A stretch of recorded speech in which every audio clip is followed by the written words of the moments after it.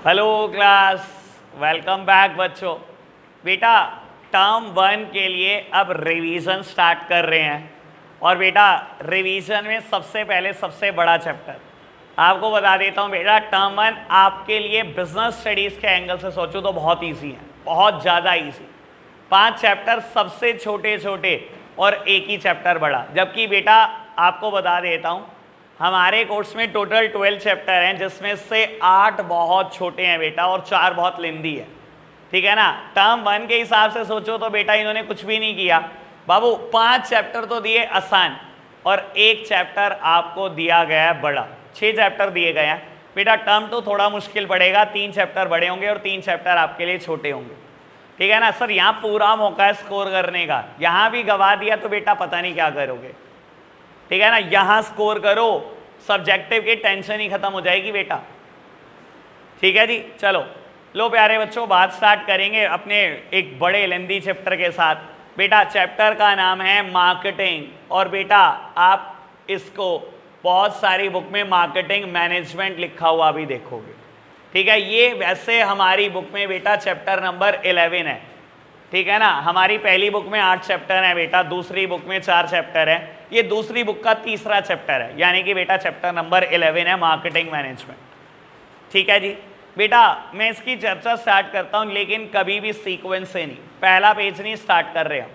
ठीक है ना। बीच में से कहीं से स्टार्ट कर रहे हैं, आप सामने देख रहे हैं, थोड़ी देर में बताऊंगा कहां पर है। ठीक है जी। टॉपिक स्टार्ट कर रहा हूं, समझने की कोशिश करना। बेटा सबसे पहला टॉपिक है बेटा मार्केटिंग वर्सेस सेलिंग। पहले टॉपिक का नाम है बेटा मार्केटिंग वर्सेस सेलिंग। बेटा नॉर्मली आप जब दुनिया को देखते हो ना बेटा, इन दोनों वर्ड को ना इंटरचेंजेबली यूज करते हैं लोग। जहां बोलना होता है सेलिंग बेटा वहां बोलते हैं मार्केटिंग, जहां बोलना होता है मार्केटिंग वहां बोलते हैं सेलिंग। बेटा इन दोनों वर्ड में बहुत बड़ा डिफरेंस है। ये दोनों वर्ड एक है नहीं, एक जैसे भी नहीं है। ठीक है ना बेटा। आराम से समझने की कोशिश करना क्या डिफरेंस है। बेटा marketing activity starts much before the production of the product. Marketing start हो जाती है प्रोडक्शन से भी पहले और बेटा continue even after their sales. Product बिकवे जाए, मार्केटिंग कभी बंद नहीं होती बेटा। And selling activity starts after the production of the product and end with their sales. Production के बाद शुरू होती है और सेल के साथ खत्म। बाबू ऐसा कैसे कि मार्केटिंग प्रोडक्शन से पहले शुरू हो गई और सेल के बाद भी खत्म नहीं हुई, और सेलिंग बेटा प्रोडक्शन के बाद शुरू हुई और सेल के साथ खत्म हो गई। बेटा देखो मार्केटिंग कहता है कि प्रोडक्शन अपनी मर्जी से नहीं करूंगा मैं तो पहले मार्केट सर्वे करूंगा, कस्टमर की जरूरत जानूंगा, कस्टमर की नीड्स एंड वांट्स जाननी है मुझे तो बेटा पहले तो सर्वे करेंगे, कस्टमर जो कहेगा बनाएंगे ही वो बेटा। इसीलिए बोल रहा है marketing activity starts much before the production of the product. Production से बहुत पहले स्टार्ट हो जाती है बेटा। कंपनियां एक एक साल सर्वे करती हैं, मार्केट डिमांड जानती है बेटा, कस्टमर की जरूरत जानती हैं। जब उन्हें लगता है सच में कस्टमर को इस चीज की जरूरत है, फिर प्रोडक्ट प्रोड्यूस करती हैं, फिर प्रोडक्ट बेचती हैं, और बेचने के बाद मार्केटिंग कहता है रिलेशन खत्म ही नहीं करना हमें तो कस्टमर के साथ, हम तो आफ्टर सेल सर्विसेज देंगे इसको। प्रोडक्ट बेचा ये नहीं बेटा रिलेशन खत्म हो गई कस्टमर के साथ, बस मेरा तो काम हो गया जी, पैसे आ गए। आफ्टर सेल सर्विसेज देंगे। आफ्टर सेल सर्विसेज का देने का मतलब ही क्या है बेटा, we have to develop a long term relation with the customer. उसे हम 5 साल की वारंटी दे रहे हैं, 5 साल तक हमारे टच में रहेगा। आपको बता देता हूं बेटा बिफोर 1991 यानी कि जब लिबरलाइजेशन, प्राइवेटाइजेशन और ग्लोबलाइजेशन नहीं हुआ था, इंडियन कंपनी को मार्केटिंग का एम भी नहीं पता था बेटा। सारी इंडियन कंपनी जो स्ट्रेटजी फॉलो किया करती थी वो सेलिंग की थी। वो कहते थे बेचो बस प्रोडक्ट, हमें नहीं मतलब किसी और चीज से, कोई after sale services, guarantee, warranty, EMI option, ये तो नाम ही नहीं होते थे इंडियन मार्केट में। लेकिन बेटा जैसे ही आपने ग्लोबलाइजेशन करा, फॉरेन कंपनीज इंडियन मार्केट में एंटर करी, उन्होंने इंडियन कंपनीज को सिखा दिया कि मार्केटिंग किसको कहते हैं। समझ में आया बेटा। हम तो स्ट्रैटेजी ये फॉलो करते थे पूरी जिंदगी बेटा, ठीक है ना, सिंस इंडिपेंडेंस टू 1991। लेकिन फॉरेन कंपनी ने आपको सच में मार्केटिंग सिखाया। पहले बताओ ये बात समझ आई अभी तक जितनी मैंने बोली? ओके बात बेटा। सेलिंग का स्कोप बहुत ही नैरो है और आप समझ भी गए होंगे क्यों नैरो है। प्रोडक्शन के साथ शुरू होगा और बेटा जैसे ही प्रोडक्ट बिका खत्म। बेटा मार्केटिंग के एंगल से सोचो तो सेलिंग तो एक छोटा सा पार्ट है। क्या सेलिंग जैसी सारी बातें मार्केटिंग में नहीं है, हैं? लेकिन ये कहता है पहले सर्वे, फिर प्रोडक्ट डेवलप करेंगे, फिर बेटा रीजनेबल दाम पर बेचेंगे और बेटा उसके बाद हम आफ्टर सेल सर्विसेज भी देने वाले हैं। यानी कि मार्केटिंग का स्कोप तो बहुत बड़ा है बेटा सेलिंग के कंपैरिजन में। बेटा मार्केटिंग और सेलिंग का फोकस क्या है? बेटा मार्केटिंग का फोकस है कस्टमर सेटिस्फैक्शन।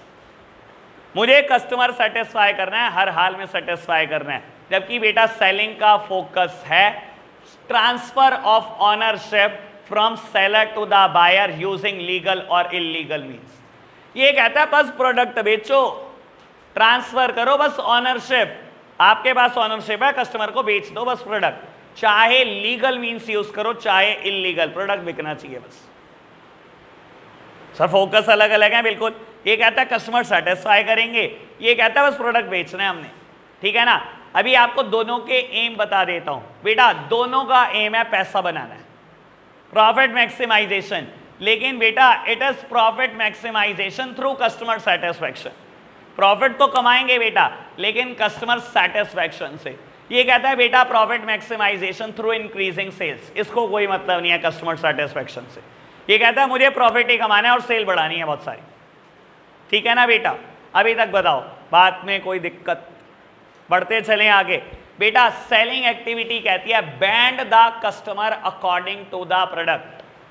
मतलब ये कहता है पहले प्रोडक्ट मैन्युफैक्चर कर लो और हमेशा कस्टमर को ही मजबूर करो कि हमारे पास यही है, खरीद ले। देखो बिफोर 1991 ये स्ट्रैटेजी चल जाती थी। क्यों चल जाती थी? There were few producing unit in the market. 1991 में ग्लोबलाइजेशन नहीं हुआ था, ठीक है ना। इंडिया में प्रोड्यूसिंग यूनिट थी कितनी बेटा? जरा सी। और इंडिया की पॉपुलेशन इतनी बड़ी बेटा। बाबू जो भी होता था सेलर के पास, ठीक है ना, सेलर के पास चीज है 100, खरीदने वाले 150। सेलर थप्पड़ भी मारता था बेटा, वही खरीदना पड़ता था, मजबूरी है, कुछ है ही नहीं बेटा। तो सेलिंग एक्टिविटी कहती है bend the customer according to the product. पहले प्रोडक्ट प्रोड्यूस कर लो और कस्टमर को ही कहे तू ही झुकेगा भाई, हम नहीं, हमें तो मतलब ही नहीं, बैंड तू ही होगा, तू यही खरीदेगा, आके देख है ही नहीं कुछ हमारे पास, तू नहीं खरीदेगा कोई और खरीदेगा। इंडिया की पॉपुलेशन 150 है, हमारे पास 100 ही सामान है बेटा। लेकिन मार्केटिंग कहती है कस्टमर को बेंड नहीं करना बेटा, सैलरी बेंड होगा। आपको भी पता है now who is the king of market? Customer is the king of market, उसकी सुननी पड़ती है आपको। क्यों बेटा? 1991 के बाद जब ग्लोबलाइजेशन हो गया, इतनी सारी फॉरेन कंपनीज इंडियन मार्केट में प्रोड्यूस करने लगी। आज की तारीख में बेटा प्रोड्यूसिंग यूनिट ज्यादा है, कस्टमर कम है। 132 करोड़ लोग हैं बेटा, 500 करोड़ प्रोडक्ट प्रोड्यूस होते हैं। अब सबको चाहिए कस्टमर बेटा, अब बेचो किसी भी तरीके से बेचो, ठीक है ना बेटा। बात समझ में आई? तो आज की तारीख में आप कस्टमर को बेंड नहीं कर सकते बेटा। प्रोड्यूसर बेंड होता है कि बता दो जी क्या प्रोड्यूस करूं, आपके अकॉर्डिंग ही प्रोड्यूस करूंगा ताकि बिक जाए। अभी तक बताओ जी, बात क्लियर बेटा? Marketing is the integrated approach and selling is the fragmented approach. मेरे को इस बात का मतलब समझाना है बेटा। मार्केटिंग एक इंटीग्रेटेड अप्रोच है बेटा, जबकि सेलिंग एक फ्रेगमेंटेड अप्रोच है। फ्रेगमेंटेड मतलब टूटी और बिखरी हुई अप्रोच, बेकार अप्रोच। इस अप्रोच में ना कुछ नहीं है बेटा। ये अप्रोच पता है क्या कहती है? अगर आपको कभी भी प्रोडक्ट बेचना हो ना, इसकी स्ट्रैटेजी 2 चीजें हैं बेटा, एक प्रमोशन और दूसरा बेटा persuasion. Promotion and persuasion are the only strategies with the selling. बेटा प्रमोशन समझते हो? जो नहीं समझता वो समझ लो ऐड करना। एक आता है भाई ऐड पे पैसा खर्च करो, और ऐड करने से बेटा कूड़ा करकट भी बिक जाता है, जब किंडर जॉय बिक सकता है तो और कुछ क्यों नहीं, ठीक है ना बाबू? हाँ जी बाबू, प्रमोशन इसकी स्ट्रैटेजी क्या है बेटा? Promotion, excessive promotion. ऐड पे पूरा पैसा खर्च करो बेटा, ऐड से कुछ भी बिकता है इंडिया में। और बेटा दूसरी स्ट्रैटेजी इसके पास क्या है? परसुएशन। और बेटा परसुएशन का वैसे तो हिंदी में मतलब होता है मिन्नतें करना किसी की, और मैं समझाने के लिए से बोलता हूं बेटा हमेशा कि अगर आपको कभी जानना हो ना परसुएशन क्या चीज होती है, आज जाओ बेटा किसी कंपनी के शोरूम में ना, कार की इंक्वायरी करके बस घर वापस आ जाओ, आपको पता लग जाएगा परसुएशन किसे कहते हैं। सुबह से लेकर रात तक कॉल करते रहेंगे, सर आज लेदर सीट कवर फ्री है, सर अगर आज गाड़ी लोगे तो ठीक है ना, अच्छा आज नहीं आपने ली, कल फिर फोन आ जाएगा, सर आज लेदर सीट कवर के साथ ये और एसेसरी फ्री है। जान खा जाएंगे आपकी बेटा, मिन्नतें करनी शुरू कर देंगे, बस गाड़ी निकलवा ले बस बंदा किसी तरीके से। वही परसुएशन होता है बेटा, समझ आई बेटा।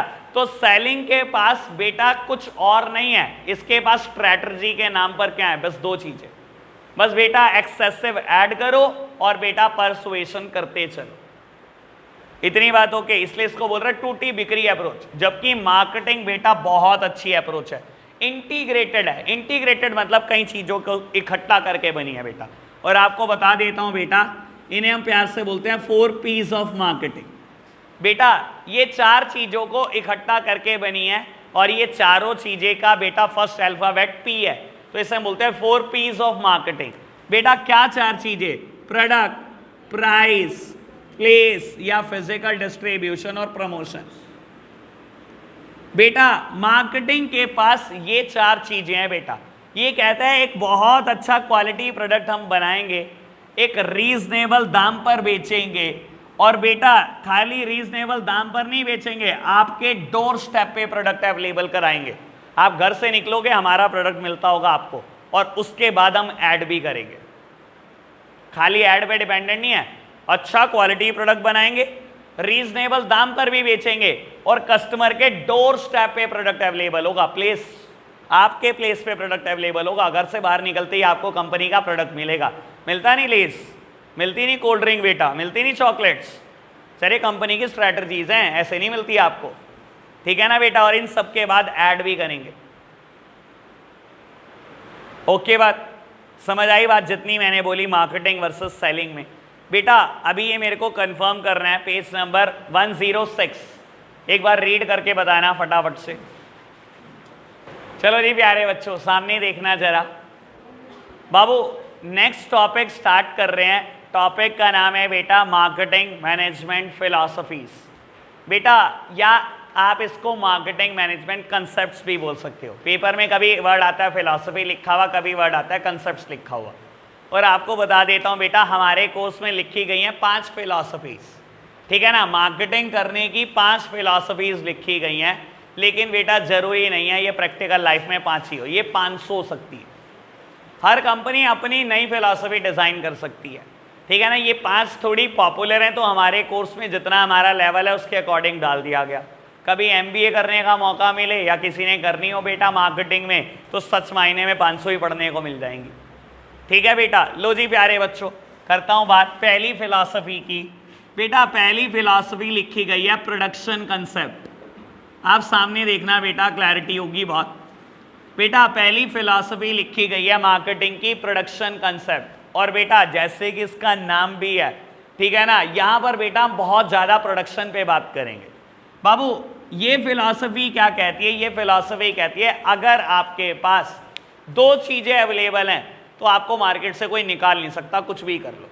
कहता है पहली बात है अवेलेबिलिटी और दूसरी बात है अफोर्डेबिलिटी।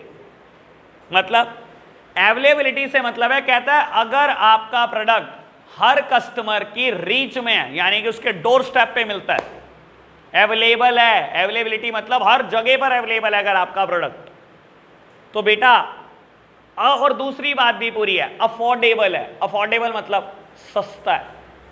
कहता है आपको मार्केट से कोई नहीं निकाल सकता कभी भी। अवेलेबल होना चाहिए और अफोर्डेबल होना चाहिए, 2 बातें होनी चाहिए आपके पास। बेटा मेरी चर्चा दूसरी बात पर है, अवेलेबिलिटी पर कोई चर्चा नहीं है। अवेलेबिलिटी मतलब कस्टमर के डोर स्टेप पे प्रोडक्ट दो, अफोर्डेबल बनाओ, सस्ता बनाओ। सर सस्ता प्रोडक्ट तभी बनता है जब आप फोकस करते हो ऑन प्रोडक्शन। बेटा मास प्रोडक्शन करोगे तो ऑटोमेटिकली इकोनॉमीज ऑफ स्केल का फायदा मिलेगा और बेटा पर यूनिट कॉस्ट लो आएगी। बेटा समझाने के लिए एक बात बोलता हूं, मेरी तरफ देखना। आज आपने बेटा मैं बोलता हूं बुक पब्लिशिंग स्टार्ट करी, ठीक है बाबू, और आपके पास पहले साल 1000 बुक के ऑर्डर आए और आपने 1000 बुक प्रोड्यूस करी। बेटा यकीन मानना, अगर आप सिर्फ 1000 बुक के लिए पेपर खरीद रहे हो महंगा मिलेगा, मानते हो कि नहीं मानते? इंक खरीद रहे हो महंगी मिलेगी बेटा, ठीक है ना। पेपर डिजाइनिंग कराओगे जो बेटा कवर पेज है बेटा, महंगा पड़ेगा, सच्ची बात है ये बिल्कुल। बेटा मान लो 250 रुपये MRP है, आपको खुद को ही कॉस्ट 225, 220, 230 पड़ रही हो। बेटा यही आपके पास ऑर्डर बढ़ के ऑर्डर साइज 1 लाख हो जाए तो सर क्या कुछ कॉस्ट कम आएगी? बेटा आपके पास बार्गेनिंग पावर आ गई। अब बेटा जिससे आप पेपर खरीद रहे हो उससे बार्गेन करोगे भाई, जिससे आप इंक खरीद रहे हो बार्गेन करोगे बेटा, क्योंकि ऑर्डर साइज बढ़ गया। अब मैं बोलता हूँ 1 लाख की जगह आपके पास ऑर्डर साइज 1 करोड़ हो गया। अब आप एक बुक पब्लिश नहीं करते बेटा, आप बाबू 500 बुक पब्लिश करते हो एक साल में, और बेटा सबके ऑर्डर क्या है बेटा 10-10 लाख से ऊपर है, कई करोड़ों में बुक पब्लिश कर रहे हो। सर अब क्या कॉस्ट आएगी? सर अब हद से ज़्यादा कम हो जाएगी। बेटा जब मैं किसी स्केल का मास स्केल पे प्रोडक्शन करता हूं तो पर यूनिट कॉस्ट कम आने लगती है, इसे हम बोलते हैं इकोनॉमीज ऑफ स्केल। मानते हो ना बेटा, पर यूनिट कॉस्ट सेम कम आने लगती है। ऐसा क्यों बोल रहा हूं बेटा कि पर यूनिट कॉस्ट कम आती है? क्योंकि बेटा fix cost remain same at all the level of output. मैं माइक्रो में जाना नहीं चाहता, वरना मैं 1 मिनट में समझा सकता हूं इस बात को। भाई वेरिएबल कॉस्ट ही तो बदलती है प्रोडक्शन के साथ साथ, फिक्स कॉस्ट तो सेम रहती है बेटा, फिक्स कॉस्ट तो नहीं बदलने वाली। इसकी वजह से बेटा पर यूनिट प्रोडक्शन के साथ साथ मेरी कॉस्ट कम होती चली जाती है बेटा। तो ये क्या कहता है प्रोडक्शन कंसेप्ट, क्या कहता है? Availability and affordability. Product door step पे अवेलेबल कराओ, अफोर्डेबल बनाओ, सस्ता बनाओ, और सस्ता बनाने के लिए focus on the mass production. सिर्फ और सिर्फ फोकस करो प्रोडक्शन पर, जितना ज्यादा प्रोड्यूस करोगे उतना ज्यादा सस्ता बनेगा। सर समझ आई अभी तक की बात? बाबू देखो एक बात है बाबू, कोई भी फिलॉसफी, कोई भी कंसेप्ट अपने आप में 100% एडवांटेज नहीं दे सकता, लेकिन इसका नुकसान भी है। मुझे नुकसान समझाना है बहुत आराम से। बेटा देखो आज की तारीख में बता देता हूं, हर वो प्रोडक्ट जो इजीली अवेलेबल होता है, हर वो प्रोडक्ट जो इनएक्सपेंसिव है, इनएक्सपेंसिव मतलब सस्ता, एक्सपेंसिव नहीं बोल रहा, इनएक्सपेंसिव बोल रहा हूं। हर वो प्रोडक्ट जो इजीली अवेलेबल है और इनएक्सपेंसिव है, कस्टमर हमेशा वो प्रोडक्ट बाय करना नहीं चाहता। ये इसकी डिसएडवांटेज है। हमारी जनरेशन सोच लो, घर के बाहर प्रोडक्ट मिल रहा होगा और सस्ता मिल रहा होगा, हमारी जनरेशन पता है क्या सोचे? अरे बिल्कुल बेकार है, तो घर के बाहर कैसे मिल रहा है और इतना सस्ता? नहीं, कोर्ट रोड पे ठीक मिलती है चीज, वही खरीद के आएंगे डबल रेट में बेटा, वो क्योंकि वहां ठीक मिलती है। मानते हो ना बेटा, हमारी जनरेशन की सोच ऐसी हो चली है बेटा। तो बाबू आज की तारीख में ये कंसेप्ट आपको बहुत ज़्यादा एडवांटेज नहीं देता, नुकसान देता है बेटा। हर वो चीज़ जो सस्ती है और जो ईजिली अवेलेबल है बेटा, मतलब वो बेकार है। हमारी जनरेशन की सोच है, ये इसकी मेन डिसएडवांटेज है। क्लियर बात? रीड करके बताओ फटाफट से। आज के लिए बेटा हम इतना ही रखते हैं। Bye bye.